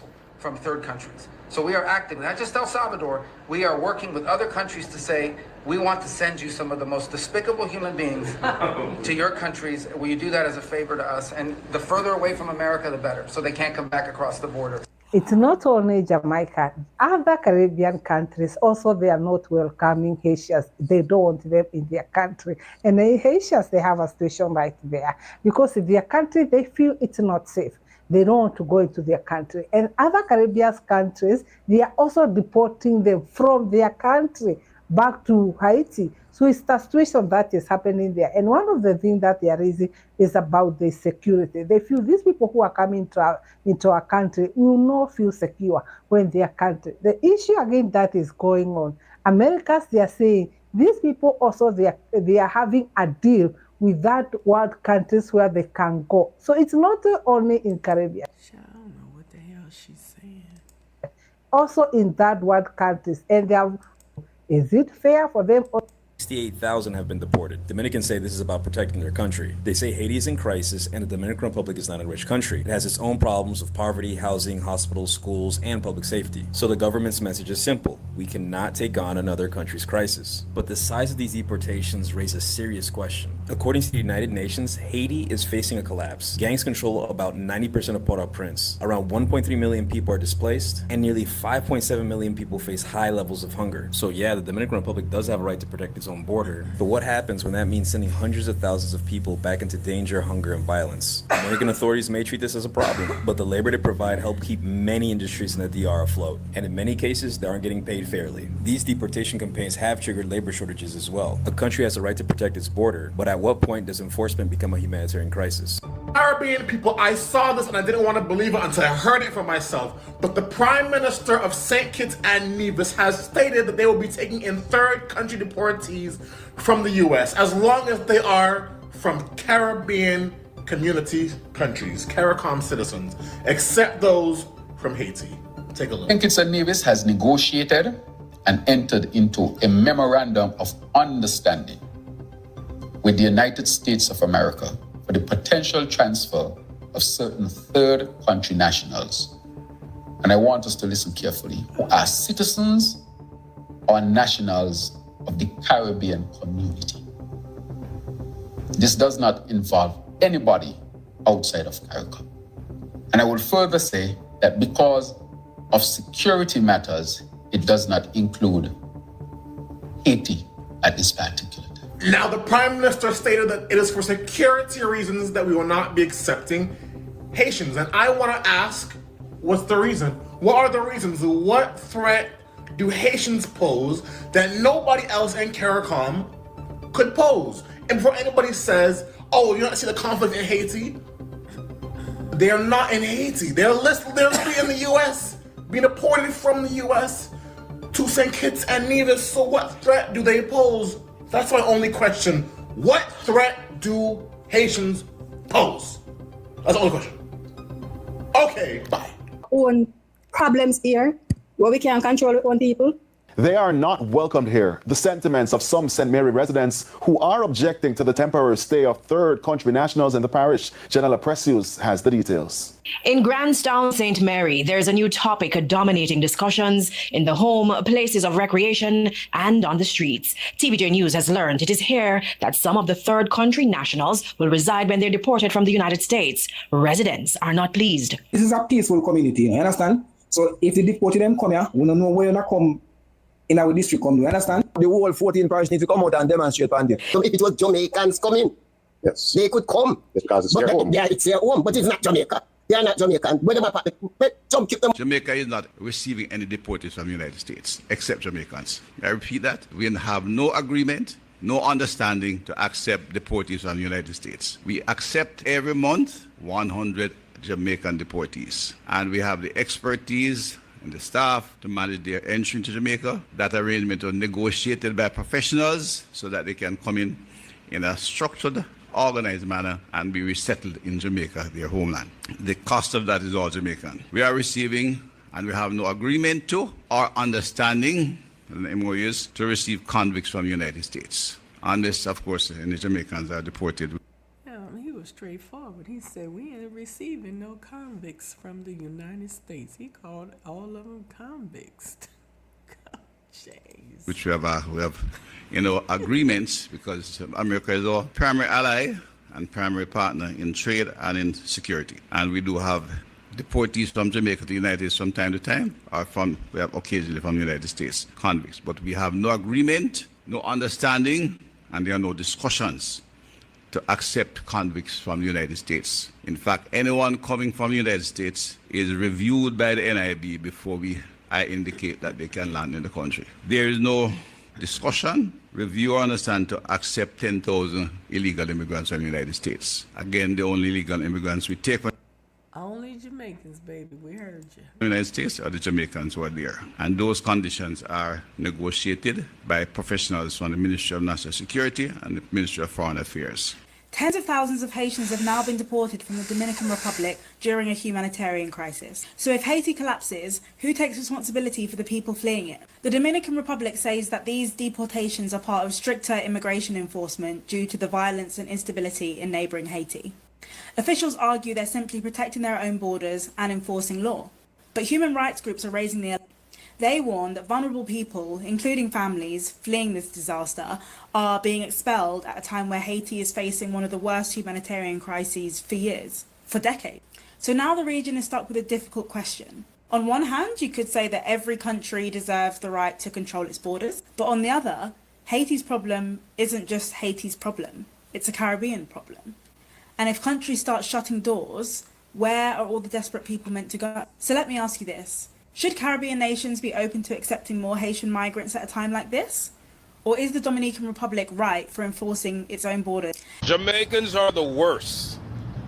the worst peoples to be around for any person who gets deported to Jamaica. I'm Whoa. Wow. trying to tell you, all these people, right? You see now they're saying that the U.S. is going to deport some people from third countries and send them to Jamaica. That's the worst place they could send these people as immigrants, to Jamaica. You understand? Because Jamaicans are very bad and nasty when it comes to dealing Did he say he was Jamaican? with people who get deported to Jamaica. Now, if you take a look at people who are deported from Jamaica, who are Jamaicans, look at how their own family members treat them. Their own family members who they were feeding, sheltering, and buying clothes and support them. For years, they supported family members when they were whatever country they got deported from. You get what I'm saying? By sending money to Western Union, MoneyGram, Western Union, and all this other shit, because they were living the life, they were making it. But as soon as they meet misfortune or did some bad shit, and the government of that country caught them and sent them back to Jamaica, they're frowned upon. They're looked down on like dogs. Family members talk about these they call it deportees. Deported, why? That's how Jamaican people deal with people who get deported. They don't remember that the same people used to feed them, shelter them, clothe them. Jamaica, who has gotten deported to Jamaica, how they've been treated by their family members, loved ones, and the likes. They treat them like shit. You understand? That's how they are. Talk about them on the phone. A lot of... Okay, so he's talking a whole lot about Jamaicans' behaviors. Let's fast forward him. They are. Okay? The deportation deal that Prime Minister Andrew Holness have accepted from the United States of America is very dumb and ridiculous. Like, it's the most diabolical thing I've seen on the internet all day. So the deportation deal is Andrew Holness literally making Jamaica a home for non-nationals of Jamaica that has been deported from the United States, a percentage. So clearly these Jamaicans are not feeling it, baby. They not feeling the immigrants flooding their homeland. They're not feeling it. Not everyone, but a percentage. At the end of the day, most deportees are criminals, like literally criminals. You feel me? Even though some of them are going to be innocent, because really and truly, based on the American system and what's going on in America, even innocent people without a criminal record is being deported. But some people just cannot return back to their home country. You feel me? To their native country because of a lot of different reasons. Humanitarian reason, a lot of different reasons.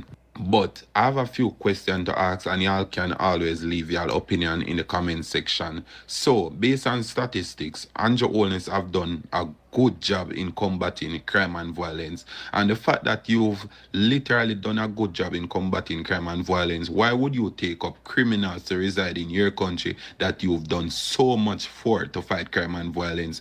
Like, crime and violence is one of the biggest cancer that's eating our country alive. And to know that you're gonna take criminals from the United States or deportees from the United States to add to that percentage of criminals that you have in Jamaica is really and truly ridiculous. I think he said he wasn't gonna do it, so this guy is talking like he is gonna do it. Never ever seen something like that before. When it comes on to our health system, like Jamaica have one of the worst health system. Like citizens of Jamaica will go to the health centers, the hospitals, and they gotta wait hours and any non-national deportees. So basically he's expressing how Jamaica, the healthcare system, the criminal system and all of that, they cannot afford to deal with people that's not Jamaicans, and you know they can't afford to have the extra to support other people, basically. So they are pleading with their government system not to accept these people, and I guarantee you if they do, they're going to have a situation like South Africa on their hands. You see? And the people, when I say they're going to have a situation like South Africa on their hands, meaning that the Jamaicans are not going to allow the government to do it. They're going to get out in the streets is what I'm talking about. Because there is actually citizens of Jamaica that's literally feeling the consequences of poverty when it comes down to infrastructure. Like Jamaica is way behind. So why are we adding problem to our problem that's already? Your country will become a third world country. So Jamaica is a third world country and you are aware of that and you want to work on Jamaica becoming a first world country. So if you take more in their country. As I've said, it's not only Jamaica. Now, America is having a deal. They want to have a deal with that world countries that you can come from America, you'll be deported to a third world country. And it's a matter of money. They say they'll give those countries. So these people who are deported I don't know what that lady's saying, so I'm just trying to fast forward. From America, it's well and good. That is back to their country because they feel. All right, that's a wrap with this video. Very interesting to know. Oh my gosh. Yeah. Anyway, I'm trying to stop the video. That's crazy.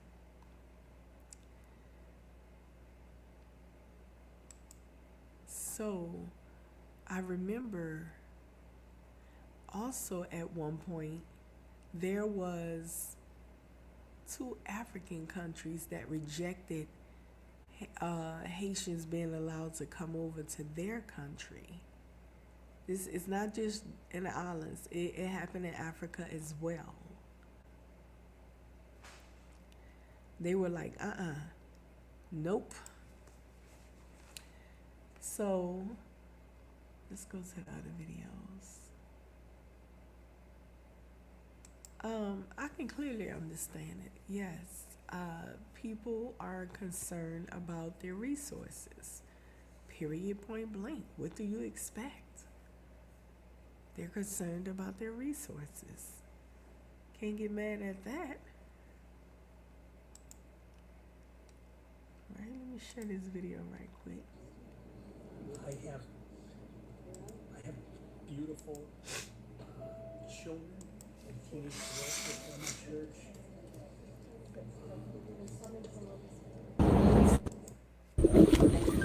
Okay, thank you. Service. Okay, thank you.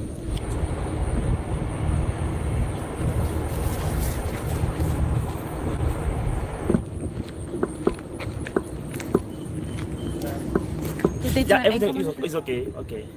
Okay. They only put this one, this one only.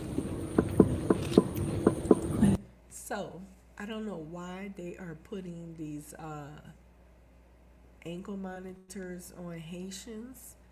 I'm trying to see what's going on as well. I haven't been caught up in these stories or anything, but I'm trying to see what's going on as well. So, they are putting ankle monitors on some of the Haitians. Let's see why. This is in Ohio, by the way. Okay. After everything is okay.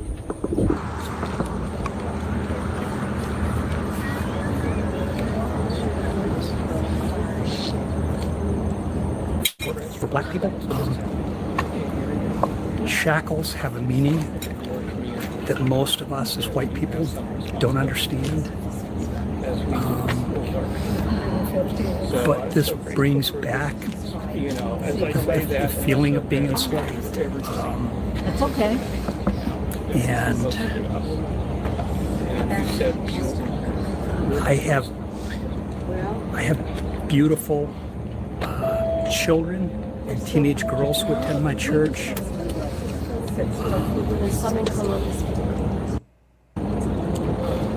And I hate to think of what could happen.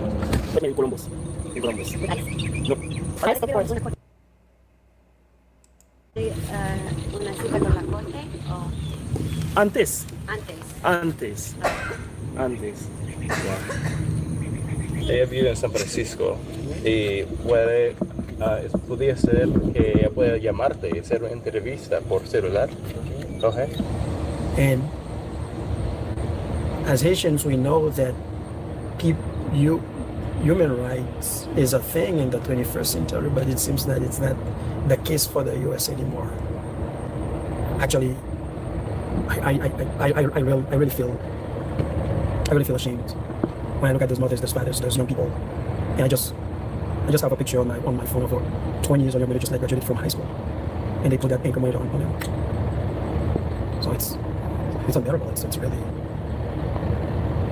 I don't know, but this is insane. Actually, if I'm open for any type of court hearing, I think that this type of treatment of putting an ankle monitor is just like trying to bring back the memory of slavery. People are not living on plantation anymore, and it's really a shame to see this administration is doing this to people. Actually, one of the things with Haitians, they do not like to hide because they know that they're not doing anything. And this is one thing for us. When you're hiding, you send a signal that you've done something wrong, and this is why you see that they're not afraid to show up, because they know that they have the right to appear. So I'm gonna say this: if you don't want the ankle monitor, I still didn't get why they putting them on them, but if you feel like the country is not treating you right, you have the option to return home. If you feel like they're not treating you right. If you want to remain somewhere where the people don't really want you anyways, you may go through some things. Okay? And if you feel like you rather go through those things than to return home, then you have absolutely no fight in wearing the ankle monitors. Yeah. Before a judge, and the government has the full power if they want to have whatever they want to do with them, because Of course they got full power to do whatever they want to do. It's their country. You can't go to somebody else's country and talk about how they got full power to enact whatever kind of laws they want to act on you. Of course they do, but you also have options that they've not eliminated, which is take some money here we're offering and return home. That's your option. But you can't complain about their laws that they're invoking to protect their citizens. they might be afraid to go back to Haiti, but at the end of the day, they know that they have not committed any crimes. So as human beings, they know that they're entitled for the right to be respected. It's so easy to become a podcaster with Riverside. First, go to Riverside and open an account. Oh. Cannot be serious. Oh. Wow, that's crazy.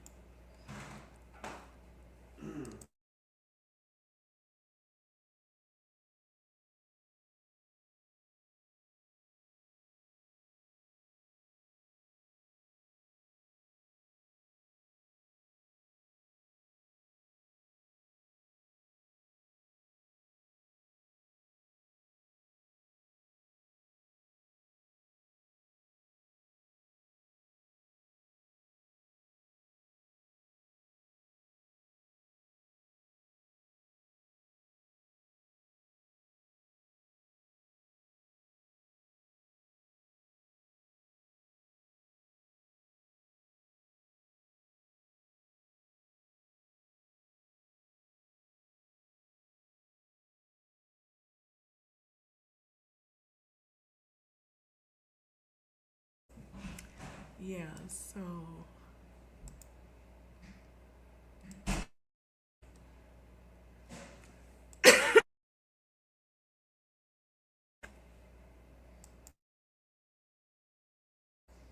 excuse me. And so let's get back to this. So Look at him. Look at him. What kind Coming of fur over is here. that? I don't know. I can't say. I just know it's Prada. This is a video of the British actor.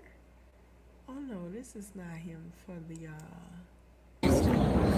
I have for the Black Panther movie. But that's not him. 1 second.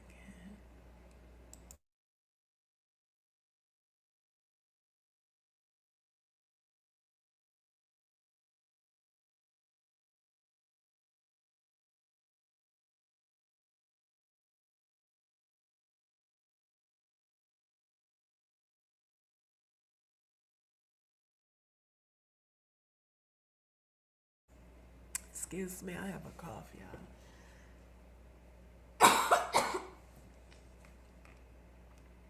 Okay, so one more video I'm gonna show, and that's it for tonight.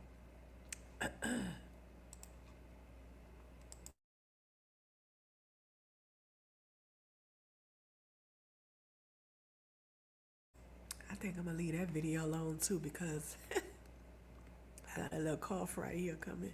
So, thank you guys for tuning in and listening to the video. Do me a favor, hit the thumbs up button. Hit the thumbs up button. Drop a comment. Let me know what you think about the content. And yeah, I wish everyone well. That's all. Like, everybody around the world is dealing with this issue of nationalism.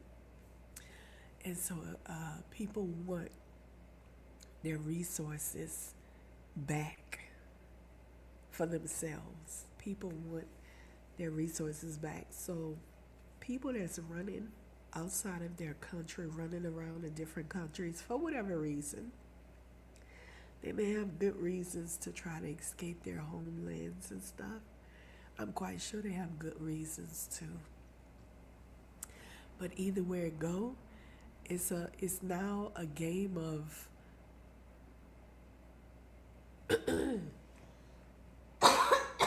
it's a game of those people are gonna have to return home and do peaceful protests to get eyes on their government so that people can know that they are doing some things that they should not be doing. Maybe they're committing some behaviors that's not good to the peoples, and it'll get world recognition, and therefore it'll help the people to be able to maintain living in their own countries and not having to flee out the countries to other countries for resources. That's what I think. Yeah, that's what I think.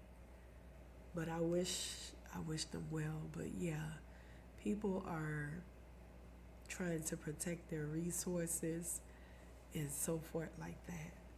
Their communities, their resources, and you know. And if it was the immigrant country, the person with who's the immigrant, if it was them, shoe was on the other foot, they would want to protect their resources as well. So yeah. Thank you guys for tuning in again. Have a good day. Hit that thumbs up button for me, okay? All right, good night.